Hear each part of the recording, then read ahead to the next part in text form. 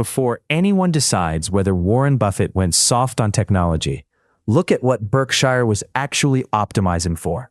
Omaha, 2016. The decision that defined Berkshire's last decade was not a railroad, a utility, or another insurer. It was Apple. The cast matters. Warren Buffett, 90% folklore and 10% filing discipline, still ran capital allocation from Omaha, with Charlie Munger as intellectual ballast. Todd Combs and Ted Weschler had room on the field. Tim Cook sat in Cupertino, less theatrical than Steve Jobs and much more dangerous to competitors. Around them sat the usual adults. Berkshire's board, patient and unusually trusting. Apple's board, chaired by Arthur Levinson, understood buybacks and ecosystem lock-in. The bankers were almost beside the point, which is rare. No closing dinner, no takeover defense. Just the market, the 10Q, and a chairman's judgment. The setup had been building for years.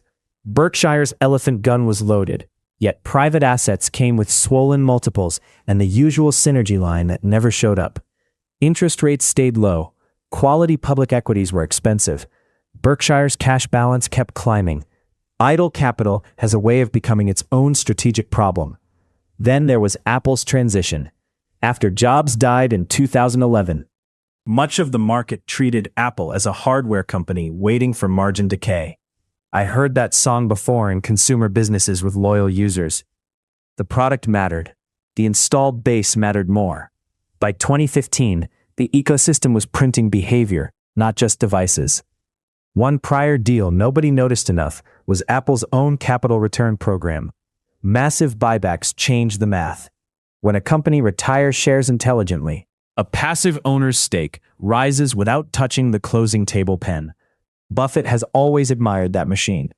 A board willing to send cash back after funding growth is a rarer asset than press profiles suggest. The mechanics began quietly. Berkshire first disclosed Apple in 2016. The initial stake was modest by Berkshire standards, roughly $1 billion through one of the investment deputies. Before Buffett embraced the position fully. Then came larger purchases in 2016 and 2017, eventually building a position that would cost around $35 billion. That number alone missed the point. Berkshire was buying into a business generating extraordinary free cash flow with gross margins that software companies could respect, and customer retention that consumer packaged goods executives would envy. The multiple looked higher than old-line value investors preferred. The discount rate on durability did the real work. Apple's buybacks amplified everything. Berkshire did not need to own more shares to own more of the company. Berkshire held roughly 5% of Apple. Apple kept retiring stock. Berkshire's economic interest crept higher. This is one of the few legal ways to gain control-like economics without a term sheet. The accounting treatment helped optics less than economics. Berkshire carried the position through mark-to-market swings after the 2018 accounting change for equity securities. Quarterly reported earnings became noisier. Buffett said as much. Board veterans recognized the distinction quickly. Price volatility enters the income statement. Business value does not ask permission from quarterly formatting. Friction arrived from the oldest source in investing: category error. Buffett had spent decades saying he avoided technology he could not understand. Apple looked like technology. He eventually described it as a consumer products company with extraordinary customer loyalty.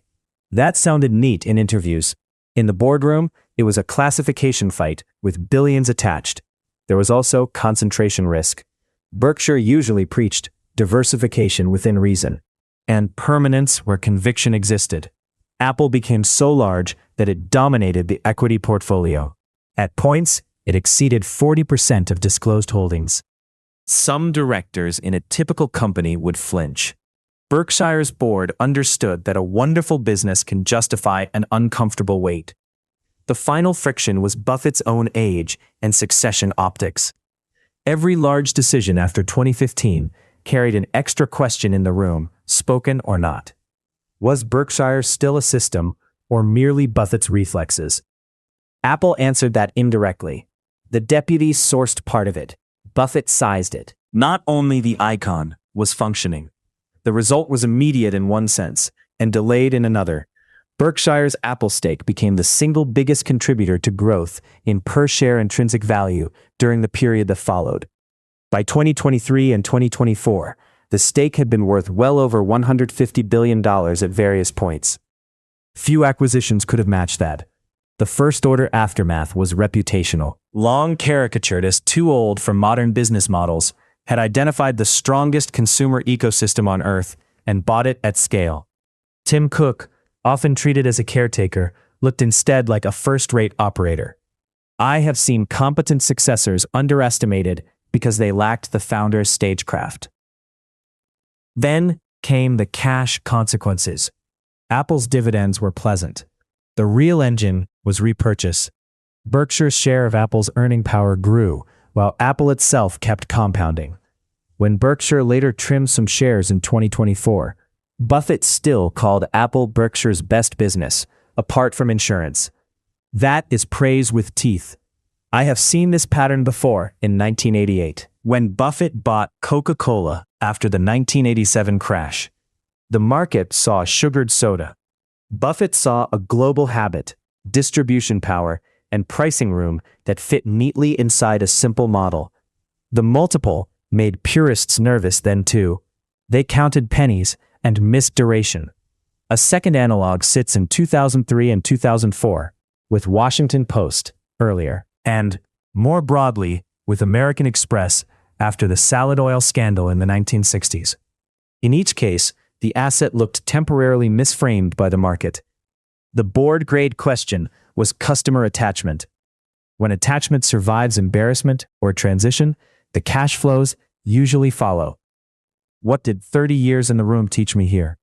The price is the easy number. The price is never the deal. Buffett's Apple decision was a judgment about management behavior under abundance. Tim Cook did not chase empire. He shrank the share count, protected the franchise, and treated capital allocation like operations. Here is the verdict. Berkshire's defining decision of the last decade was recognizing that Apple had crossed from product cycle risk into ecosystem annuity, while the market still argued over handset units. Here's what it means.